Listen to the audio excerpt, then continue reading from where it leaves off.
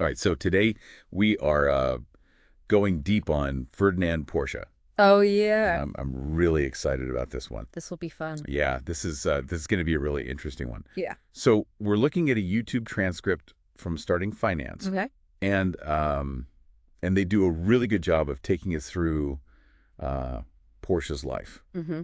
So I think our kind of goal here is to figure out how did one guy end up having such a huge impact on the cars that we drive today? Yeah, it's pretty amazing when you consider, where we're talking about the guy who basically is responsible for Volkswagen and Porsche, Right. like two massively iconic brands. Yeah. And to think that it all kind of started with this like childhood fascination with electricity. It's really interesting to think about. So he's Yeah. born in 1875 Okay. in Maffersdorf, Mm-hmm. which is in what is now the Czech Republic. Okay. Um, and his dad had a plumbing business. Okay. But Ferdinand was always really interested in electricity. Yeah, I mean that's got to be such a fascinating thing at the time, right? Like I would think about the internet and AI now, Right. right? It's like that was electricity back then. Yeah, it was really like the cutting edge of technology. And I Yeah. think for a young person to be so captivated by it speaks volumes Yeah. about, his kind of innovative spirit right from the get-go. At 14, he's already starting to experiment with building electrical devices. Mm. But his dad's not really into it. Yeah, it makes sense. Like electricity was still pretty new back then, and who knows what safety protocols were like. Right. I mean, his older brother had actually died in an accident, so you can understand why his dad was hesitant. Right. He probably saw it as like a dangerous distraction. Yeah. And just wanted him to stick to like a trade. A good solid profession. Yeah. Plumbing is steady. But Ferdinand, even though his dad told him to stop, Uh-huh. he secretly kept studying and experimenting with electricity. That's pretty cool, though. Like, talk about dedication. It's amazing. Going behind your dad's back like that, it must have been a real passion. Yeah, and then before he moves to Vienna to go work, Yeah. he reveals to his dad that he actually built a generator and a whole electrical system Wow. for their house. That's amazing. So they were the first house in their town with electric light. So basically, like, proving his dad wrong in the best way possible. It's pretty amazing, right? Oh. And he's not even 18 yet. Yeah. That's quite the accomplishment. So off he goes to Vienna, Mm-hmm. gets a job at Bella Egger and Company, Okay. which was making electrical equipment. Okay, so right in line with his interests. Right. So he starts there as just a regular worker. Right. But pretty quickly he moved up Yeah. That's cool. for management. Yeah. So clearly he was talented. Yeah. And this is where things get really interesting Okay. because this is where he first encounters the automobile Okay. and it becomes like his true passion. Mm-hmm. He gets involved in this project with Lohner and they're trying to build a hybrid car. A hybrid. Wow, that's way ahead of its time. It's crazy, right? It's like this is in the late 1800s. Yeah, I mean, back then the car itself was a pretty new invention. Yeah. So to be thinking about combining electric and combustion engines is pretty visionary. So by 1898, Mhm. he is only 25 years old. Wow. He figures out how to build these electric motors Okay. that could be mounted right in the wheels. In the wheels. That's wild. Yeah. So how did that work? So the idea was you have a combustion engine Okay. that powers batteries, Uh-huh. and then the batteries power the electric motors in the wheels.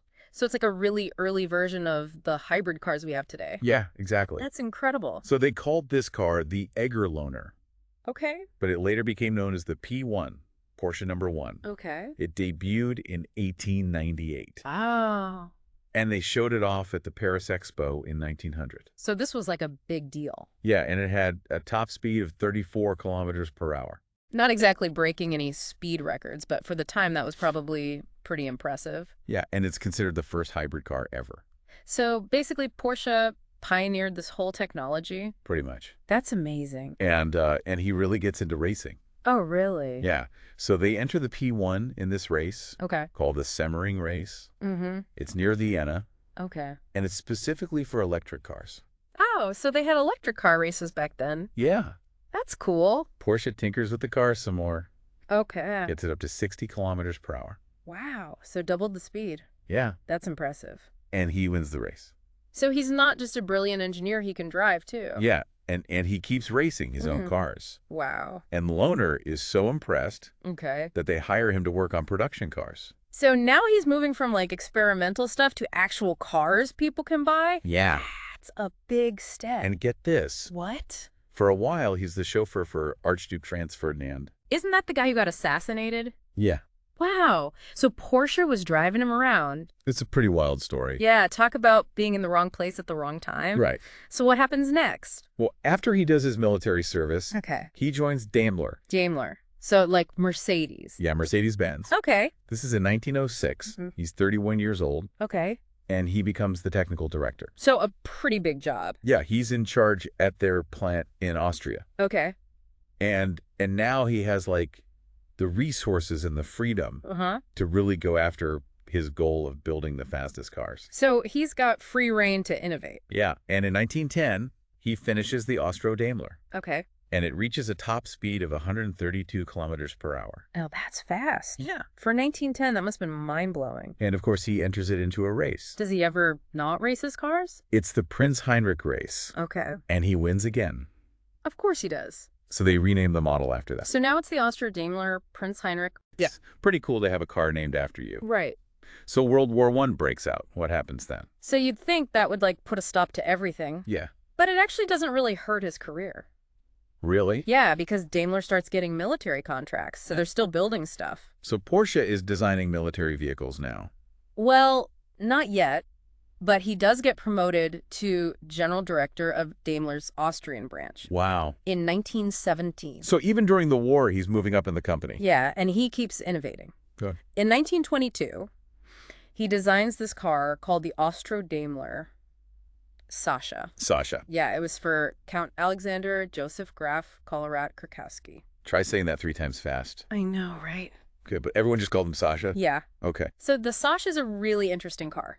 Okay, why? Well, it had a top speed of 144 kilometers per hour. So even faster than the Prince Heinrich. Yeah, but what's really cool is that it achieved that speed with a relatively small engine. So it was efficient. Exactly. It was all about power to weight ratio. Smart. And this is something that he really focused on throughout his career. Okay. So in 1923, Mm-hmm. they enter the Sasha into the Targa Florio. The what? The Targa Florio. Okay. It was a race in Sicily. Okay. And the Sasha wins its category. Yeah. But not only does it win, Mm-hmm. it wins by a huge margin. Wow. And it actually comes in second overall. Even against bigger cars. Yeah. That's amazing. And this really puts Daimler on the map. Makes sense, like winning a major race like that is huge for publicity. Yeah. So Porsche gets promoted again. He's on a roll. He becomes the technical director of the whole company. So now he's in charge of everything. Yeah. That's impressive. And then he gets appointed to the board of directors. Wow. But then in 1926, Mm-hmm. Daimler merges with Benz. Okay, so this is how Mercedes-Benz is born. Right. And Porsche stays on as the technical director and board member. So he's still a big shot in the company. Yeah. And Mercedes-Benz is doing really well. Really well. Yeah, they sweep the podium at the German Grand Prix in 1927. Wow. But Porsche starts to feel like he wants more independence. He wants to do his own thing. Yeah, he wants his name on the cars.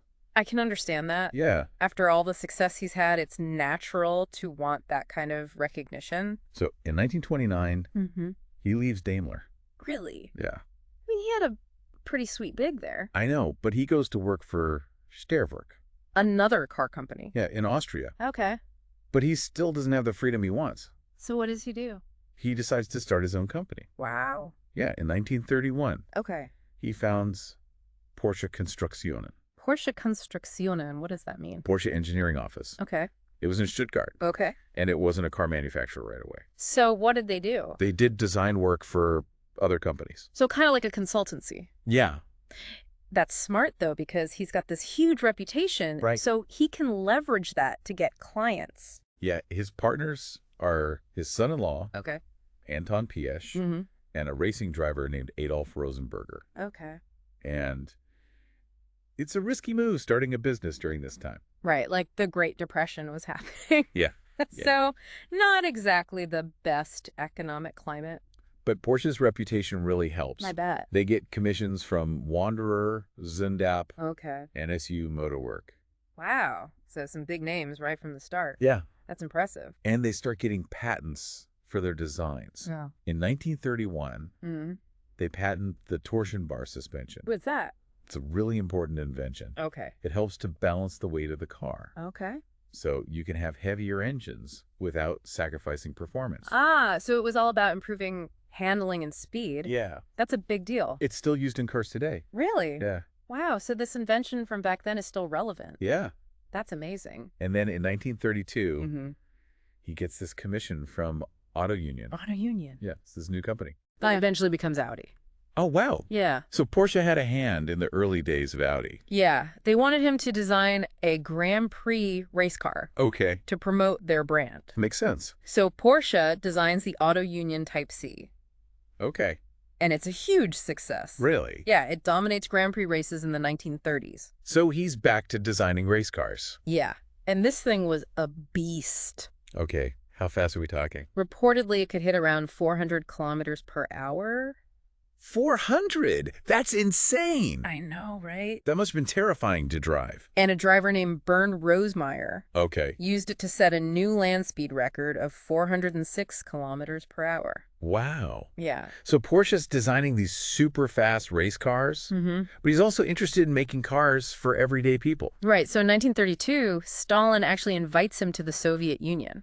Stalin? Yeah. Like the dictator. Yeah. Wow, that's unexpected. He wants Porsche to design an economy car. An economy car for the Soviet Union. Yeah. That's wild. But Porsche turns him down. Really?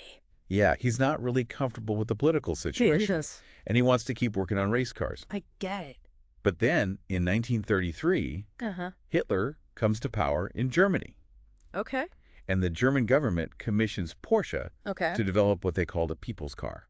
The people's car. Yeah, So this is the beginning of the Volkswagen. exactly. Wow. And this time, he can't really refuse. Right. I mean, it's the government. Yeah, so he leads the project to create the first Volkswagen. Okay. And he ends up heading the company Mm-hmm. that oversees its production. So he's in charge of the whole thing. Yeah, and he famously said that designing one affordable car Yeah. was harder than designing 10 race cars. Really? Yeah. Why is that? I think it's because with a race car, you're not really worried about cost. Okay. You're just trying to make it as fast and as light as possible. Right. But with an economy car, Mm-hmm. you have to make it affordable Yeah. and reliable. And probably easy to manufacture. Exactly. So it's a whole different set of challenges. Yeah, so that makes sense. So in 1936, Mm-hmm. they present the first prototype, Right. and it meets all the requirements. Cost of performance. Yeah, it could even go over 100 kilometers per hour. Not bad. The first model was called the KDF wagon. KDF wagon. Yeah, it stood for Kraft durch Freude, What's that mean? strength through joy. Okay.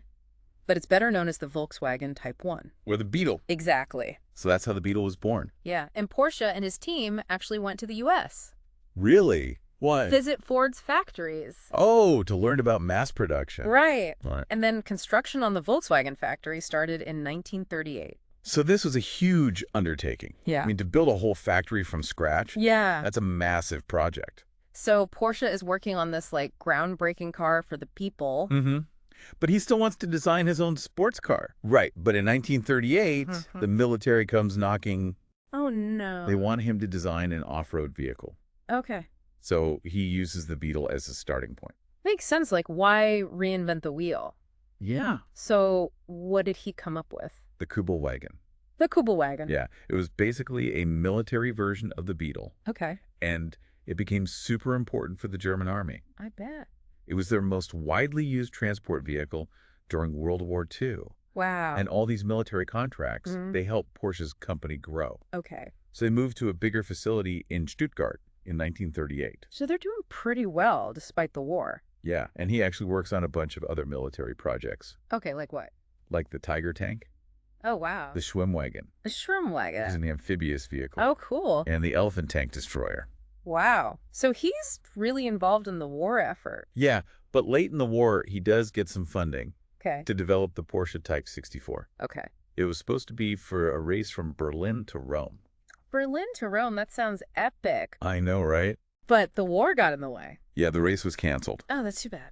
So they only built 3 prototypes. Okay. And he also tried to build this land speed record car. Another one. Yeah, this one's called the T80, Okay. and it had an aircraft engine. An aircraft engine. Yeah. So this thing must have been a monster. But they couldn't finish it because of the war. Right.